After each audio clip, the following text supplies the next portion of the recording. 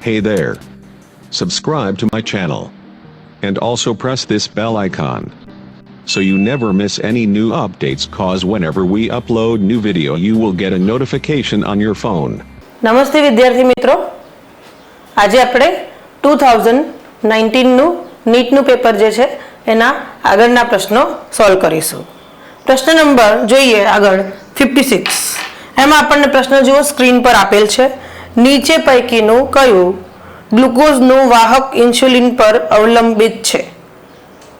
આપણને ઓપ્શન આપ્યા છે GLUT2, GLUT3, GLUT4 અને GLUT1. અહીંયા જે ગ્લુટ છે એટલે કે ગ્લુકોઝ ટ્રાન્સપોર્ટર. તો વિદ્યાર્થી મિત્રો એમાં જે ગ્લુકોઝ ટ્રાન્સપોર્ટર 4 જે છે ચોથા નંબરનું એ ઇન્સ્યુલિન આધારિત છે. બાકીના જે ત્રણ છે GLUT1, 2, 3 એ ઇન્સ્યુલિન બિન આધારિત એટલે ઇન્સ્યુલિન નોન ડિપેન્ડન્ટ. તો ઇન્સ્યુલિન ડિપેન્ડન્ટ જે છે એ માત્ર GLUT4 છે. તો આપણો જે જવાબ છે એ આવશે સી. આ પ્રશ્ન પણ આપણને એનસીઈઆરટી માં આપ્યું છે GLUT4. એના પછી આપણે વિદ્યાર્થી મિત્રો જુઓ ક્વેશ્ચન નંબર 57. ક્વેશ્ચન નંબર 57 એની અંદર આપણને ઓપ્શન્સ આપ્યા છે A, B, C, D. તો અહીંયા આપણને કીધું છે કે સાચો વિકલ્પ પસંદ કરો. એ ઓપ્શન પાંસળીઓની 11મી તેમજ 12મી જોડ કાચવત કાસ્થીની મદદથી ઉરોસ્થિ સાથે જોડાયેલી છે. આપણને કીધું છે કયું સાચું છે. તો જુઓ વિદ્યાર્થી મિત્રો, અહીં એ ઓપ્શન એમ કહે છે કે પાંસળીઓની 11મી અને 12મી જોડ કાચવત કાસ્થીની મદદથી ઉરોસ્થિ સાથે જોડાયેલી છે. આપણે જે દોરીએ ધારો કે આ રિપ્સ છે, સ્ટર્નમ છે, સ્ટર્નમ એટલે ઉરોસ્થિ, અને આ જે સ્ટર્નમ આ જે હાડકું છે ત્યાંથી આમ પાંસળીઓ જોડાય છે. તો જ્યારે જોડાય છે ત્યારે 1, 2, 3, 4, 5, 6 અને 7. એવી જ રીતે આ બાજુ 1, 2, 3, 4, 5, 6, 7. આ 7 જોડ જે છે ને એ ઉરોસ્થિ જોડે તો સીધી જોડાયેલી છે. ત્યારબાદ એ પાછળ જાય છે અને કરોડ સ્તંભ જોડે જોડાય છે. તો અહીંયા વિદ્યાર્થી મિત્રો આ 7 તો બરાબર છે, અને પછી 8મી, 9મી અને 10મી જે છે ને એ 7મી જોડે જોડાય છે. 8, 9, 10 અને 11મી અને 12મી પાછળથી તો આવે જ છે, પણ એ કોઈ જોડે આગળ જઈને જોડાતી નથી. એને આપણે ફ્લોટિંગ રિપ્સ, તરતી પાંસળીઓ કહીએ છીએ. આ બેઝિક ખ્યાલ આપણને ખબર છે. હવે આપણને એમાં એમ કહે છે કે 11મી અને 12મી જે છે એ જે જોડ છે એ કાચવત કાસ્થીની મદદથી ઉરોસ્થિ સાથે જોડાયેલી છે. તો એ તો ખોટું. અહીંયા આગળ ઉરોસ્થિ જોડે તો એ જોડાયેલી જ નથી. એટલા માટે આપણે એમ કહીશું કે એ ઓપ્શન જે છે એ ખોટો છે. હવે આપણને બી ઓપ્શન શું કહે છે? જો બી, પ્રત્યેક પાંસળી એ ચપટું પાતળું અસ્થિ છે અને બધી જ પાંસળીઓ પૃષ્ઠ તરફ ઉરસીય કશેરુકા સાથે તેમજ વક્ષ તરફ ઉરોસ્થિ સાથે જોડાયેલ છે. તો જુઓ વિદ્યાર્થી મિત્રો, અહીંયા હમણાં કીધું મેં એ રીતે કે બધી જ પાંસળીઓ આગળ ઉરોસ્થિને જોડાયેલી હોતી નથી, અને અહીંયા આપણને એમ કહે છે કે ભાઈ વક્ષ તરફ ઉરોસ્થિ જોડે જોડાયેલી છે. તો એ ખોટી વાત છે. બધી જ પાંસળીઓ ઉરોસ્થિ જોડે વક્ષ તરફ જોડાયેલી નથી, માત્ર 1 થી 7 જ જોડ જોડાયેલી છે. એટલે આપણો બી ઓપ્શન ખોટો. સી જુઓ, 7 જોડ જે છે, 7 જોડ એ વર્ટિબ્રોસ્ટર્નલ છે. વર્ટિબ્રોસ્ટર્નલ એટલે શું? પાછળની સાઈડ જે છે આપણી આ બેક સાઈડ, આપણે એને કહીએ છીએ પૃષ્ઠ બાજુ, એને વર્ટિબલ કોલમ કહીએ છીએ. તો એ 7 જોડ છે એ તો જોડાયા જ છે. અને આગળની બાજુ આપણે સ્ટર્નમ કહીએ છીએ. સ્ટર્નમ એટલે ઉરોસ્થિ, આ જે હાડકું છે. તો 7 જોડ છે એ તો સાચી વાત છે, વર્ટિબ્રોસ્ટર્નલ છે. 3 જોડ વર્ટિબ્રોકોન્ડલ છે. 3 જોડ 8મી, 9મી, 10મી આ જે 3 જોડ છે એ પાછળથી વર્ટિબલ કોલમથી જોડાઈને આગળ આવે છે, અને એ વર્ટિબ્રોસ્ટર્નલ નથી, પણ અહીંયા કાસ્થિ દ્વારા, કારણ કે કોન્ડ્રિયા તમને ખબર છે, કાસ્થિ દ્વારા અહીંયા 7મી જોડે જોડાય છે. એટલે અહીંયા 3 જોડ વર્ટિબ્રોકોન્ડ્રલ છે અને 2 જોડ વર્ટિબ્રલ રિબ્સ છે. તો આ છેલ્લી જે બે છે 11મી અને 12મી એ આગળ તો કોઈ જોડે જોડાતી નથી, પણ પાછળ વર્ટિબ્રલ કોલમ જોડે જોડાય છે એટલે આપણે એને કહીએ છીએ વર્ટિબ્રલ અથવા તો ફ્લોટિંગ પણ કહીએ છીએ. તો વિદ્યાર્થી મિત્રો સી સાચો આન્સર છે. She is correct. અને જુઓ ડી, પાસળીઓની 8મી 9મી 10મી જોડ સીધી ઉરોસ્થિ જોડે જોડાયેલી છે. તો જુઓ 8મી 9મી 10મી ના, એ સીધી ઉરોસ્થિ જોડે જોડાયેલી નથી, એ અહીંયા 7મી જોડે જોડાયેલી છે, એટલા માટે ડી ઓપ્શન નહીં આવે. તો આપણો જે કરેક્ટ આન્સર છે એ છે સી. ત્યારબાદ વિદ્યાર્થી મિત્રો આગળનો પ્રશ્ન જોઈએ આપણે, અને એ છે પ્રશ્ન નંબર 58. સ્ક્રીન પર જુઓ પ્રશ્ન નંબર 58. હિમોડાયાલિસિસ દરમિયાન કૃત્રિમ મૂત્રપિંડનો વપરાશ આમાં પરિણમી શકે છે. આપણને 4 ઓપ્શન આપ્યા છે કે ભાઈ હિમોડાયાલિસિસ કરવામાં આવે, જેનું મૂત્રપિંડ જે છે એ મૂત્રપિંડ નિષ્ફળ જતું હોય અથવા તો મૂત્રપિંડમાં કોઈ ખરાબી હોય તો એ વખતે એ દર્દીનું હિમોડાયાલિસિસ કરવામાં આવે છે. એનું જે બ્લડ છે એને પ્યોરિફાય કરવામાં આવે છે ફ્રી ફ્રોમ નાઇટ્રોજન્સ. એ નાઇટ્રોજનના જે પણ તત્વો છે અને ઝેરી તત્વો છે બધા જ લોકોને દૂર કરવામાં આવે છે. તો જુઓ શું થાય છે આમાં. એ ઓપ્શન બતાવ્યો, એ ઓપ્શન એમાં એમ કહ્યું છે કે શરીરમાં નાઇટ્રોજન યુક્ત અશુદ્ધિઓની જમાવટ. ના, હિમોડાયાલિસિસ તો ઉલટાની જે નાઇટ્રોજન યુક્ત જે અશુદ્ધિ છે એ તો દૂર થાય છે, તો એ ઓપ્શન નહીં આવે. પછી બી ઓપ્શન કયો છે વધારાના પોટેશિયમ આયનનો નિકાલ થતો નથી. તો વિદ્યાર્થી મિત્રો અહીંયા તો નિકાલ થાય છે, હિમોડાયાલિસિસમાં નિકાલ થાય છે, તો અહીંયા બી ઓપ્શન નહીં આવે. સી જુઓ, પાચન માર્ગમાંથી કેલ્શિયમ આયનોના અભિશોષણમાં ઘટાડો. ગેસ્ટ્રોઇન્ટેસ્ટિનલ ટ્રેક્ટ છે આપણી જે પાચન માર્ગ, પાચન નળી, એની અંદર કેલ્શિયમ આયન જે છે એ કેલ્શિયમ આયનનું અભિશોષણ થાય છે, એમાં ઘટાડો. તો જુઓ વિદ્યાર્થી મિત્રો આ ઓપ્શન આપણી જે છે એ કરેક્ટ છે. કેમ આપણે સમજીએ હમણાં છેલ્લે. ડી છે આરબીસીના નિર્માણમાં ઘટાડો. તો વિદ્યાર્થી મિત્રો આરબીસી જે છે એનું નિર્માણમાં ઘટાડો છે એટલે તમને કહી દઉં કે જ્યારે કિડની જે છે એનો રોલ ખરાબ હોય ત્યારે તમને ખબર છે કિડનીનું ફંક્શન શું છે? ઇરિથ્રોપોએટિન. ઇરિથ્રોપોએટિનનો સ્ત્રાવ કરવો. ઇરિથ્રોપોએટિન સ્ત્રાવ કરે છે અને એ આરબીસીને ફોર્મ કરે છે. અને આરબીસીને જે ફોર્મ કરે છે તો એ વખતે એનું જે ફંક્શન છે મેઇનલી એ આરબીસીને ફોર્મ કરવાનું. તો આરબીસીના નિર્માણમાં ઘટાડો. તો અહીંયા વિદ્યાર્થી મિત્રો જો ઇરિથ્રોપોએટિન એ શું કરે છે? ઇરિથ્રોપોએસિસ જે આરબીસી બનાવે છે. અને આરબીસી જે બનાવે છે એમાં તમે જુઓ વિદ્યાર્થી મિત્રો એમાં શું કહ્યું છે કે એમાં આરબીસી જ્યારે બનાવે અને મૂત્રપિંડ જ્યારે ખરાબ હોય તો એ વખતે જે આરબીસી છે એનું નિર્માણ પણ કેવું થશે? ફોર્મેશન પણ કેવું થશે? ઘટશે. તો અહીંયા વિદ્યાર્થી મિત્રો પ્રશ્ન એમ છે કે કૃત્રિમ મૂત્રપિંડનો વપરાશ આમાં પરિણમી શકે છે.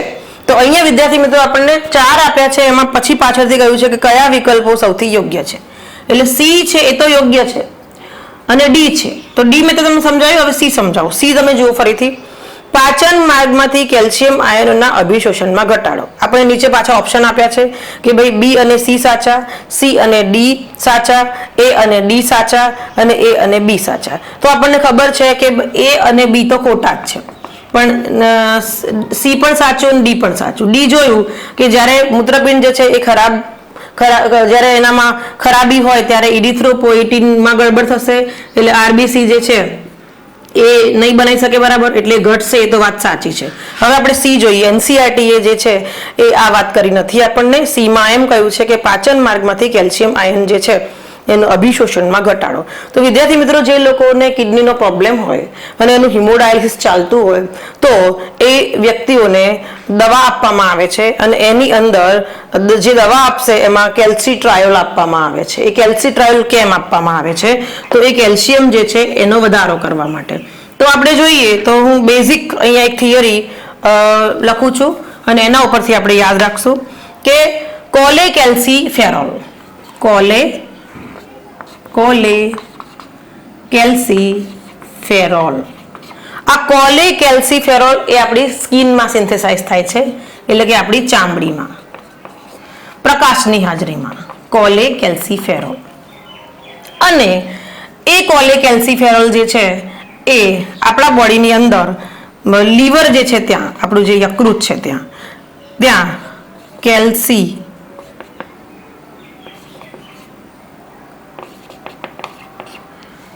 કેલ્સીફિડાયોલ એની અંદર કન્વર્ટ થશે અને એ ત્યારબાદ આપણું જે મૂત્રપિંડ છે કિડની એમાં કન્વર્ટ થશે કેલ્સીટ્રાયોલમાં અને કેલ્સીટ્રાયોલ જે છે એ કેલ્શિયમ આયનોનું શું કરે અભિશોષણ કરાવશે તો આ નોર્મલ ફંક્શન કયું છે હવે જેને કિડનીમાં પ્રોબ્લેમ છે મૂત્રપિંડમાં પ્રોબ્લેમ છે તો પછી કેલ્સીફિડાયોલ જે છે એ કેલ્સીટ્રાયોલની અંદર કન્વર્ટ થતું નથી જો એ ના કન્વર્ટ થાય તો ઓબ્વિયસલી કેલ્શિયમ આયન્સ છે એનું અભિશોષણ કેવું થાય ઓછું થાય તો આપણને વિદ્યાર્થી મિત્રો જો અહીંયા શું પૂછ્યું છે સીમાં કે પાચન માર્ગમાંથી કેલ્શિયમ આયનના અભિશોષણમાં ઘટાડો તો અભિશોષણમાં ઘટાડો એટલે જ થાય છે કારણ કે મૂત્રપિંડનું કાર્ય છે કેલ્સીટ્રાયોલ બનાવવાનું આમાંથી અને કેલ્શિયમનું પાચન નળીમાંથી શું કરાવે છે અભિશોષણ કરાવે છે પણ એ જ નહીં બરાબર વર્ક કરે તો પછી કેલ્શિયમનું અભિશોષણ નહીં થાય તો વિદ્યાર્થી મિત્રો સી જે છે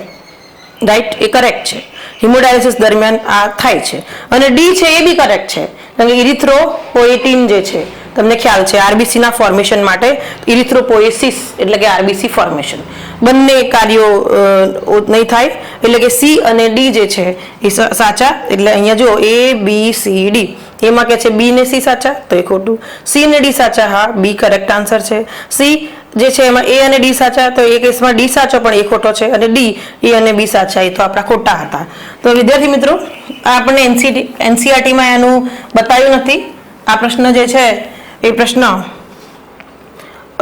બહારથી જ પૂછ્યો કહેવાય એના પછી 59 અંતઃસ્ત્રાવનો સ્ત્રાવ કરતા ગર્ભાશય યાંત્રિય સાધનને પસંદ કરો ગર્ભાશય યાંત્રિક એટલે ઇન્ટ્રા યુટેરિન ડિવાઇસ આપણને પ્રશ્ન અહીંયા પૂછ્યો છે આયુડીસ એમાં પણ ખાસ કરીને શું પૂછ્યું છે ઇન્ટ્રા યુટેરિન ડિવાઇસ એટલે કે ગર્ભાશય યાંત્રિય સાધન એમાં પણ અંતઃસ્ત્રાવ જે છે એનો સ્ત્રાવ કરતા હોર્મોન સિક્રેશન કરતા તો એ જુઓ મલ્ટીલોડ 375 અને બીજું છે પ્રોજેસ્ટાસટ બી પ્રોજેસ્ટાસટ LNG 20 સી લિપસ લૂપ અને મલ્ટીલોડ 375 અને ડી વોલ્વ્સ અને LNG 20 તો વિદ્યાર્થી મિત્રો એનસીઆરટી માંથી બેઠું પૂછ્યું છે આપણને તો જવાબ જે છે તમને ખબર જ છે પ્રોજેસ્ટાસટ અને LNG જે છે એ બંને અંતઃસ્ત્રાવનો સ્ત્રાવ કરવા માટે છે આયુડીસ તો જવાબ આપણો આવશે બી એના પછી આગળ જોઈએ આપણે 60મો પ્રશ્ન 60 નંબરનો પ્રશ્ન જુઓ 60 નંબરનો જે પ્રશ્ન છે એમાં અંડકોષ કેન્દ્રમાંથી દ્વિતીય ધ્રુવકાયની બહાર ફેંકાવાની ક્રિયા આપણે કહીએ છીએ તમને જો આ પ્રશ્ન ના આવડે તો હું એવું માનું છું તમને હ્યુમન રિપ્રોડક્શન નથી આવડતું કારણ કે હ્યુમન રિપ્રોડક્શન જે છે એની અંદરથી આ પૂછ્યો છે અને અહીંયા આપણને ખબર છે કે જ્યારે અંડકોષ આપણે કહીએ ઉજનેસિસ અંડકોષનું નિર્માણ થાય છે એના ચાર્ટમાંથી પૂછ્યો છે એની થિયરીમાં પણ આવે છે બેઠી આપણે લાઈન પૂછી છે રાઈટ તો એની અંદર અંડકોષ કેન્દ્ર જે છે રાઈટ એમાંથી દ્વિતીય ધ્રુવકાય બહાર ફેંકાય છે એની ક્રિયા તો જુઓ એ સૌથી પહેલા તો આપણે એ જોઈએ કે આ એક હું ડાયાગ્રામ ડ્રો કરું છું આ આપણો દ્વિતીયક અંડકોષ છે સેકન્ડરી ઉસાઇટ અને જ્યારે એનું વિભાજન થાય છે ત્યારે એક દ્વિતીયક ધ્રુવકાય બને છે અને આ જે બીજું જે છે એ અંડકોષ છે આપણે એને કહીએ છીએ ઓવમ આ આપણું સેકન્ડરી ઉસાઇટ છે અને આ આપણું સેકન્ડરી પોલર બોડી ઓકે હવે ઓપ્શન જુઓ આ આપણો બેઝિક ખ્યાલ છે હવે તમે ઓપ્શન જુઓ એ ઓપ્શન શું કહે છે ફલન બાદ થાય છે એટલે આપણે પ્રશ્ન એમ પૂછે છે કે દ્વિતીયક ધ્રુવકાયની બહાર ફેંકાવાની ક્રિયા આજે અહીંથી બને છે દ્વિતીયક ધ્રુવકાય એ જે બહાર ફેંકાય છે જ્યારે આનું વિભાજન થાય ત્યારે આ જે ક્રિયા છે અહીંયાથી પૂછ્યું છે એ ફલન બાદ થાય છે બી ઓપ્શન અંડકોષમાં શુક્રકોષના પ્રવેશ પહેલા થાય છે સી ઓપ્શન પ્રથમ વિખંડનની સાથે થાય છે અને ડી ઓપ્શન શુક્રકોષના પ્રવેશ પછી પરંતુ એટલે પણ ફલન પહેલા થાય છે તો જુઓ વિદ્યાર્થી મિત્રો, બહુ સરળ પ્રશ્ન છે. તમને ખ્યાલ છે કે કોઈ પણ સ્ત્રી છે એની અંદર જ્યારે પણ બને ત્યારે અંડકોષ જે છે એ સીધે સીધો બનતો નથી, પણ એ જે સ્ત્રી છે એની અંદર જ્યારે શુક્રકોષ, અહીંયા હું દોરું છું, આ ધારો કે સ્પર્મ છે, એની જે અંડાશય છે ઓવરી, એમાંથી દ્વિતીયક અંડકોષ નીકળે છે. જ્યારે દ્વિતીયક અંડકોષ નીકળે અને જો શુક્રકોષ મળે તો એનું અર્ધીકરણ થાય છે, પણ અર્ધીકરણ 2, કારણ કે આગળ એનું થઈ ગયું છે અર્ધીકરણ 1 થઈ ગયેલું છે, અર્ધીકરણ 2 થવાનું બાકી છે.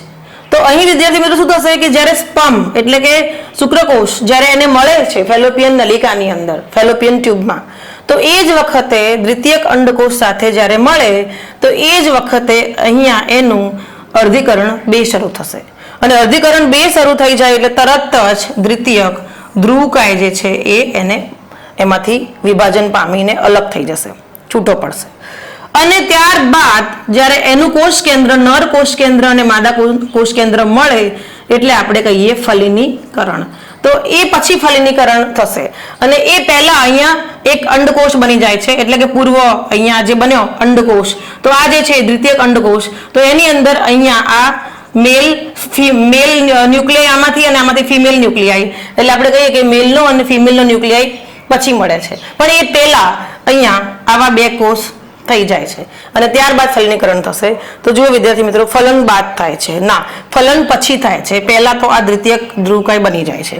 અંડકોષમાં શુક્રકોષના પ્રવેશ પહેલા થાય છે, તો અંડકોષમાં શુક્રકોષ જે છે એના પ્રવેશ પહેલા, ના એ ખોટી વાત, શુક્રકોષ જેવો પ્રવેશ કરે પછી દ્વિતીય ધ્રુવકાય બને છે.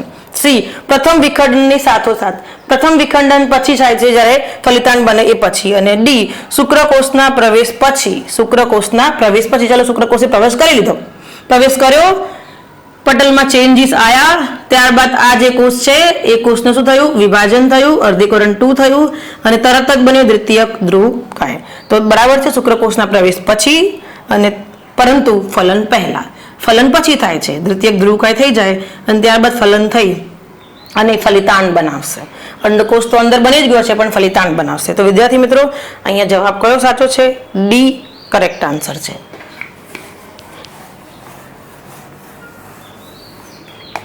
ત્યારબાદ આપણે આગળનો પ્રશ્ન જોઈએ વિદ્યાર્થી મિત્રો.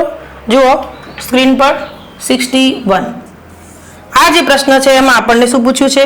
કોલમ 1 અને કોલમ 2 એને યોગ્ય રીતે જોડવાની છે. કોલમ 1 બહુ ઈઝી પ્રશ્ન પૂછ્યો છે. એ મૃતોપજીવી, બી પરોપજીવી, સી લાઇકેન, ડી આ બાજુ આપ્યું છે મૂળ કવકજાળ એટલે કે માઇકોરાઇઝા કહીએ છીએ, અને પેલી બાજુ જુઓ કોલમ 2 છે એની અંદર એક વનસ્પતિ મૂળ અને ફૂગ વચ્ચે સહજીવી સંબંધ, બીજું બતાવ્યું છે મૃત કાર્બનિક દ્રવ્યોનું વિઘટન, ત્રીજું જીવંત વનસ્પતિઓ અને પ્રાણીઓ પર જીવન સંબંધ, અને ચોથું બતાવ્યું છે લીલ અને ફૂગ વચ્ચે સહજીવી સંબંધ. તો જો વિદ્યાર્થી મિત્રો, કોલમ 1 માં તમને કહ્યું છે કે મૃતોપજીવી, તો મૃતોપજીવી માટે કયું સાચું? કે જે લોકો મૃત કાર્બનિક દ્રવ્યો પર આધાર રાખતા હોય, એટલે કે એ છે એનું 2 આવશે. ઓકે, તો આપણે એ બી સી ડી નીચે જોઈશું તો એનું તો 2 આવશે જ અહીંયા. પછી બી પરોપજીવી કોને કહીશું આપણે? તો પરોપજીવી એને કહીશું કે જે જીવંત વનસ્પતિઓ અને પ્રાણીઓ પર જીવન સંબંધ ધરાવે છે, રાઈટ? એ મૃત સંબંધ નથી, એટલે કે બી જે છે એના માટે ત્રીજું આવશે. અને લાઇકેન જે છે એ શું છે? લાઇકેન એના માટે આપણે 4 આવશે. એ લાઇકેન જે છે એ તમને ખ્યાલ છે લીલ અને ફૂગ વચ્ચેનો સંબંધ છે, સહજીવી સંબંધ. અને છેલ્લું માઇકોરાઇઝા પૂછ્યું છે, તો માઇકોરાઇઝા જે છે એ વનસ્પતિ મૂળ અને ફૂગ વચ્ચેનો સંબંધ. બહુ ઈઝી પ્રશ્ન પૂછ્યો છે. અહીંયા આપણો જે ઓપ્શન મેચ થાય છે એ સી છે, તો સી આપણો કરેક્ટ આન્સર છે. ત્યારબાદ આપણે આગળનો પ્રશ્ન જોઈએ. સ્ક્રીન પર જુઓ 62 નંબરનો ક્વેશ્ચન જોઈશું. એ પ્રશ્નની અંદર જુઓ, ચોક્કસ દિશામાં કણો કે શ્લેષ્મના વહન માટે પક્ષમલ અધિચ્છદીય કોષો આવશ્યક છે. આપણું જે શ્લેષ્મ છે એના વહન માટે પક્ષમલ અધિચ્છદીય કોષો આવશ્યક છે.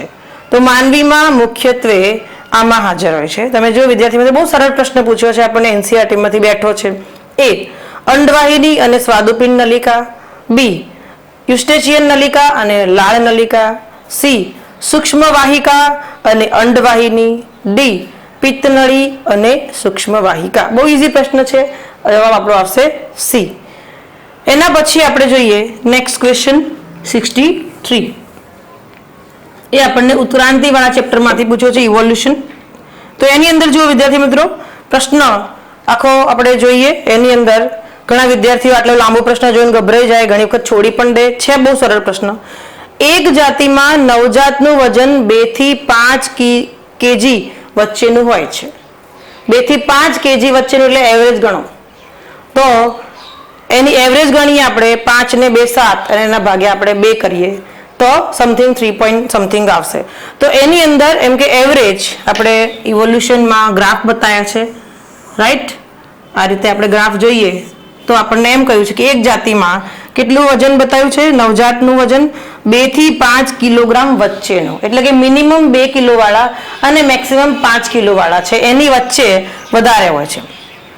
ત્યારબાદ જુઓ 97% નવજાત પૈકીના સરેરાશ 3 થી 3.3 કિલોગ્રામ વજન ધરાવતા નવજાત બચી જાય છે. તો 97% એવા છે કે 3 to 3.3 હોય તો એ બચી જાય છે, બાકીના જે છે એ બચતા નથી, રિમેનિંગ આપણે કહીએ 3%. હવે એમ કહે છે કે જ્યારે 99% ઇન્ફન્ટ્સ 2 થી 2.5 કિલોગ્રામ, હવે આગળ કહ્યું છે 2 થી 2.5, એ ગ્રાફ અહીંયા આવશે કારણ કે અહીંયા આપણને ખબર છે કે 3.3 સમથિંગ આવ્યો હતો. 2 થી 2.5 કિલોગ્રામ અને કે 4.5 થી કરીને 5, એટલે અહીંયા આવશે 4.5 થી 5. અહીંયા ગ્રાફમાં તમે જુઓ કે જેમ ઉતરતા જઈએ 1 kilo 2 kilo 3 kilo 4 kilo 5 kilo, તો એ રીતે અહીંયા 4.5 થી 5 કિલોગ્રામનો ગ્રાફ આવશે, એટલે કે આટલે, અને અહીંયા આવશે 2 થી 2.5. તો આ જે છે એ વજન જેનું હોય એ લોકો મૃત્યુ પામે છે. તો આ કયા પ્રકારની પસંદગીની પ્રક્રિયા કહેવાય? એ ઓપ્શન જુઓ, સ્ટેબિલાઇઝિંગ સિલેક્શન. બી જુઓ, અહીં તમને બતાવ્યું છે disruptive selection. C cyclic selection. D directional selection.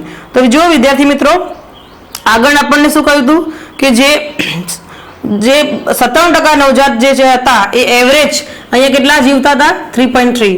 અને હવે આપણને શું કહ્યું છે કે અહીંથી ત્યારબાદ આપણને જે બતાવ્યું કે 99% જે છે એમાં ઇન્ફન્ટ્સ 2 થી આ જે છે 2.5 એ મરી જાય છે, આ લોકો મરી જાય છે. તો આપણો જે ગ્રાફ આપણને બતાવ્યો છે કે 99% ઇન્ફન્ટ્સ આવા થાય છે, રિમેનિંગ 1% જે છે એ તો આપણને એવરેજમાં આવે છે.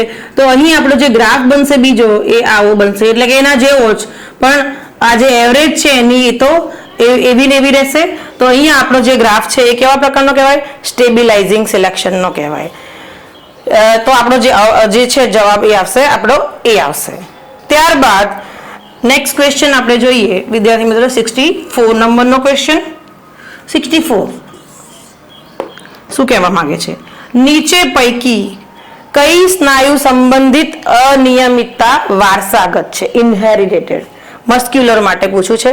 તો જુઓ, એ મસ્ક્યુલર ડિસ્ટ્રોફી અથવા તો સ્નાયુમય દુર્વિકાર કહેવાય. બી માયસ્થેનિયા ગ્રેવિસ. સી બોટ્યુલિઝમ અને ડી જે છે એ ટીટેની. તો જુઓ વિદ્યાર્થી મિત્રો, અહીંયા મસ્ક્યુલર ડિસ્ટ્રોફી જે છે એ જવાબ આવશે, કારણ કે એ એક પ્રકારની ઇનહેરિટેડ એટલે કે વારસાગત જે છે એ રોગ છે મસ્ક્યુલર ડિસ્ટ્રોફી. એ આપણને એનસીઆરટી માં આપેલું છે. અને બી માયસ્થેનિયા ગ્રેવિસ છે ને એ નહીં આવે, એ ઓટો ઇમ્યુન છે, બરાબર. આપણી જે રોગ પ્રતિકારકતા છે એમાં સ્વયં રોગ પ્રતિકારકતા માટેનો છે.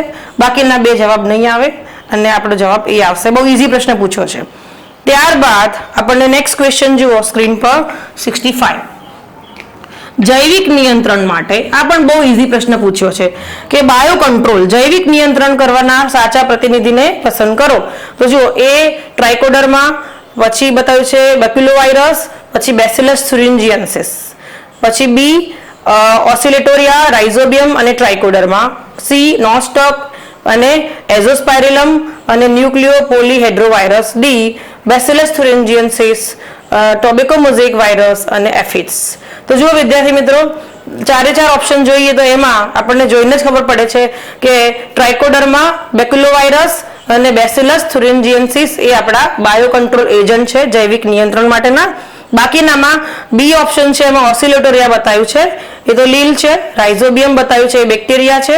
અને ટ્રાઇકોડર્મા, તો ત્યાં ઓસિલેટોરિયા નહીં આવે. રાઈટ, અને આપણે રાઇઝોબિયમ તો નાઇટ્રોજનનું સ્થાપન કરે છે. ત્યારબાદ સી જે છે એ નોસ્ટોક બતાવ્યું છે, એ બી નાઇટ્રોજનનું સ્થાપન કરે છે. એઝોસ્પાઇરિલમ બતાવ્યું છે અને ન્યુક્લિયો પોલીહેડ્રોવાયરસ બતાવ્યું છે. તો અહીંયા બી ઓપ્શન મેચ નહીં થાય, અને ડીમાં પણ બેસિલસ thuringiensis સાચું છે, પણ ટોબેકો મોઝેઇક વાયરસ બતાવ્યું છે અને એફિડ્સ ખોટું છે, એટલે આપણો જવાબ આવશે એ. ત્યારબાદ નેક્સ્ટ ક્વેશ્ચન જોઈએ આપણે 66. જુઓ, અહીંયા આપણને સજીવોને, નીચેના સજીવોને તેઓ દ્વારા નિર્મિત પ્રોડક્ટ સાથે યોગ્ય જોડો. તો અહીંયા આપણે યોગ્ય જોડકું જોડવાનું છે. એ લેક્ટોબેસિલસ, બહુ ઇઝી પ્રશ્ન પૂછ્યો છે. એ લેક્ટોબેસિલસ, બી સેક્યુરોમાઇસિસ સેરેવિસી, પેલા આપણે કોલમ 1 માં જોયું, એસ્પરજીલસ નાઇજર, ડી એઝિટોબેક્ટર એસિટી, અને પેલી બાજુ જુઓ ચીઝ, એક ચીઝ, બીજું દહીં બતાવ્યું છે, ત્રીજું સાઇટ્રિક એસિડ, ચોથું બ્રેડ અને પાંચમું એસિડિક એસિડ. તો જુઓ વિદ્યાર્થી મિત્રો, બહુ ઇઝી પ્રશ્ન છે આ. સૌથી પહેલા તો આપણે જોઈએ કે લેક્ટોબેસિલસ આપણને એ બતાવ્યો છે. એ લેક્ટોબેસિલસ છે ને, એના માટે કયું સાચું? તો એના માટે આપણે કહીએ કે લેક્ટોબેસિલાઈ, દહીં માટે સાચું છે. તો અહીંયા જે એ છે એનું શું આવશે? આપણને દહીં 1 છે. એના પછી બી સેકેરોમાઇસિસ સેરેવિસી જે છે, રાઈટ, એ આપણને એના માટે જવાબ શું આવશે? સેકેરોમાઇસિસ સેરેવિસી. તો એની અંદર આપણને ખબર છે કે સેકેરોમાઇસિસ સેરેવિસી એક પ્રકારની ફૂગ છે. તો અહીંયા જવાબ આપણો આવશે બ્રેડ માટે. તો એ બ્રેડ માટે છે સેક્યુરોમાઇસિસ સેરેવિસી. સી એસ્પરજીલસ નાઇજર જે છે, એસ્પરજીલસ નાઇજર સી નું 3 આવશે. તો અહીંયા આપણે કહીશું સાઇટ્રિક એસિડ માટે. તો અહીંયા સી માટે આવશે સાઇટ્રિક એસિડ એના માટે. તો અહીંયા આપણો જવાબ આવશે સી નો 3 આવશે. અને ડી એસિટોબેક્ટર એસિટી, તો ડી નું આપણો જવાબ આવશે 5 એસિડિક એસિડ. તો એનું આવશે 5 એસિડિક એસિડ. તો વિદ્યાર્થી મિત્રો, આપણો જે જવાબ છે એ શું આવશે? એ આવશે. અહીંયા ઓપ્શન જે છે એ આવશે. ત્યારબાદ આગળનો પ્રશ્ન જોઈએ 67. બહુ ઇઝી પ્રશ્ન છે 67 પણ. સજીવોની વૃદ્ધિ કરી તેમાંથી ઉત્સેચકો બહોળા પ્રમાણમાં ઔદ્યોગિક ઉત્પાદન મેળવવા માટે નીચેનામાંથી કયું સાધન વપરાય છે? તો વિદ્યાર્થી મિત્રો, સજીવોની વૃદ્ધિ કરવા માટે બહોળા પ્રમાણમાં જે વપરાય છે ઉત્સેચકો, તો એમાં આવે છે બાયો રિએક્ટર. મોટા મોટા વેસલ્સ હોય છે અને એની અંદર વૃદ્ધિ કરવાના હેતુસર ઘણા ટનમાં સમાઈ શકે એવા ઉત્સેચકોને બહોળા પ્રમાણમાં વૃદ્ધિ કરવા માટે બાયોરિએક્ટરનો ઉપયોગ થાય છે. અને એમાં સ્લજ ડાયજેસ્ટર તો નહીં આવે. સ્લજ ડાયજેસ્ટર તમને ખબર છે, એ જે પ્રદૂષિત જે પાણી છે એને દૂર કરવા. ઇન્ડસ્ટ્રીયલ ઓવન પણ નહીં આવે અને બીઓડી ઇન્ક્યુબેટર પણ નહીં આવે. એટલે આપણો જવાબ છે સી બાયોરિએક્ટર. એના પછી આપણો આગળનો પ્રશ્ન છે 68.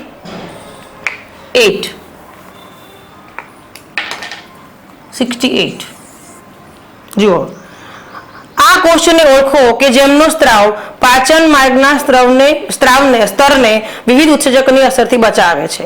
તો અહીંયા બહુ ઇઝી પ્રશ્ન છે કે જેનો સ્ત્રાવ, જે કોષો છે એ સ્ત્રાવ કરે છે અને પાચન માર્ગના સ્તરને અલગ અલગ ઉત્સેચકથી બચાવશે.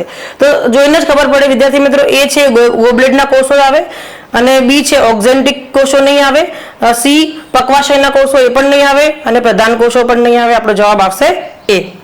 ત્યારબાદ આગળનો જે ક્વેશ્ચન છે આપણે જોઈએ નેક્સ્ટ 69. હ્યુગો ધ વ્રીસ દ્વારા રજૂ કરાયેલ કે વિવિધતા એ વિકૃતિને કારણે હોય છે. તો આ કોના કારણે? તો એ હ્યુગો ધ વ્રીસે આપણને જે નિયમ આપ્યો એમના કારણે જે મ્યુટેશન થિયરી આપી વિકૃતિ, તો એના કારણે જુઓ કે જે પણ વિકૃતિ જે છે એ કોના કારણે થાય? એ જે પણ થાય છે એ આ છે. તો અસ્તવ્યસ્ત એટલે કે રેન્ડમ અને દિશા વિહીન, રાઈટ, નોન ડિરેક્શનલ. બી જે છે એ નાની અને દિશા સહિત, સી નાની અને દિશા વિહીન, ડી અસ્તવ્યસ્ત અને દિશા સહિત. તો જુઓ વિદ્યાર્થી મિત્રો, વિકૃતિ થાય છે એ દિશા જે છે એની કોઈ ચોક્કસ હોતી નથી, એટલે કે દિશા વિહીન થાય છે. વિકૃતિ ગમે તેમ થાય છે એટલે કે રેન્ડમ થાય છે. એમાં એવું નક્કી ના હોય કે વિકૃતિ જે છે એ આ સભ્યોને થશે, આવા લક્ષણને થશે. તો હ્યુગો ધ વ્રીસે જે નિયમ આપ્યો એના મુજબ આપણો જવાબ છે એ આવશે રેન્ડમલી, એટલે અસ્તવ્યસ્ત હોય વિકૃતિ થશે અને દિશા વિહીન હોય છે. ત્યારબાદ વિદ્યાર્થી મિત્રો આપણે નેક્સ્ટ ક્વેશ્ચન જોઈએ છે 70 નંબરનો. જુઓ સ્ક્રીન પર 70. આપણને અહીંયા આ પણ ઉત્ક્રાંતિમાંથી જ પ્રશ્ન પૂછ્યો છે આપણને. મેં આગળ બી તમને કહ્યું હતું કે મેન્ડલ જે છે એનું આખું જીનેટિક્સ છે, અને ત્યારબાદ જે ચેપ્ટર છે એના 3 જીનેટિક્સ માટેના, એમાંથી ઘણા પ્રશ્ન પૂછાય છે અને આપણો આ યુનિટ બહુ સારો હોવો જોઈએ. તો આમાં તમને પ્રશ્ન પૂછ્યો છે 70માં, હોમિનિડ્સ ને તેમના મગજના સાચા ક્રમ સાથે યોગ્ય રીતે જોડો. તો આપણે કહીએ કે હોમિનિડ્સ એટલે કે જે પ્રજાતિ છે હોમો, એના માટે એના જે મગજ છે એની ક્રેનિયલ કેપેસિટી બતાવી છે સીસીમાં. તો જુઓ જોડકા જોડવાના છે, બહુ ઇઝી પ્રશ્ન છે. અહીંયા સૌથી પહેલા બતાવ્યું છે હોમો હેબિલસ. તો હોમો હેબિલસ જે છે એમાં જે જવાબ આવશે આપણો જુઓ આગળ બતાવ્યું છે 3, 1, 2, 3 જે બતાવ્યા છે. પહેલા તો આપણે જોઈ લઈએ હોમો હેબિલસ, હોમો નિઅન્ડરથેલેન્સિસ, હોમો ઇરેક્ટસ અને હોમો સેપિયન્સ. આપણે હોમો સેપિયન્સ છીએ. સામે આપણને ઓપ્શન બતાવ્યા છે 900 સીસી, પછી પાછળ બતાવ્યું છે 1350, પછી 650 to 800 સીસી અને પછી બતાવ્યું છે 1400 સીસી. તો આની અંદર જુઓ વિદ્યાર્થી મિત્રો ઓપ્શનમાં આપણને બી જે છે એ કરેક્ટ છે, કારણ કે જુઓ એનો 3 આવશે એટલે કે અહીંયા હોમો જે હેબિલસ છે, હોમો હેબિલસ એમાં એનું જે સીસી છે એ 650 થી 800 છે. પછી હોમો નિઅન્ડરથેલેન્સિસ છે, તો અહીંયા હોમો નિઅન્ડરથેલેન્સિસ જે છે એ જો બી એની અંદર 4 આવશે. તો જે બી છે એટલે કે હોમો નિઅન્ડરથેલેન્સિસ એની અંદર એની સીસી છે એ 1400 સીસી આવશે. ત્યારબાદ સી જે છે સી એની અંદર આપણને હોમો ઇરેક્ટસ બતાવ્યું છે તો એ 900 આવશે સીસી, અને છેલ્લું આપણને ડી બતાવ્યું છે હોમો સેપિયન્સ, તો એની આપણને આવશે સીસી કેટલી 1350. તો આપણો જે ઓપ્શન છે એ બી સાચો છે. તો વિદ્યાર્થી મિત્રો આજે આટલા પ્રશ્નો અને બાકીના જે પ્રશ્નો છે એ આવતા લેક્ચરમાં જોઈશું. આભાર.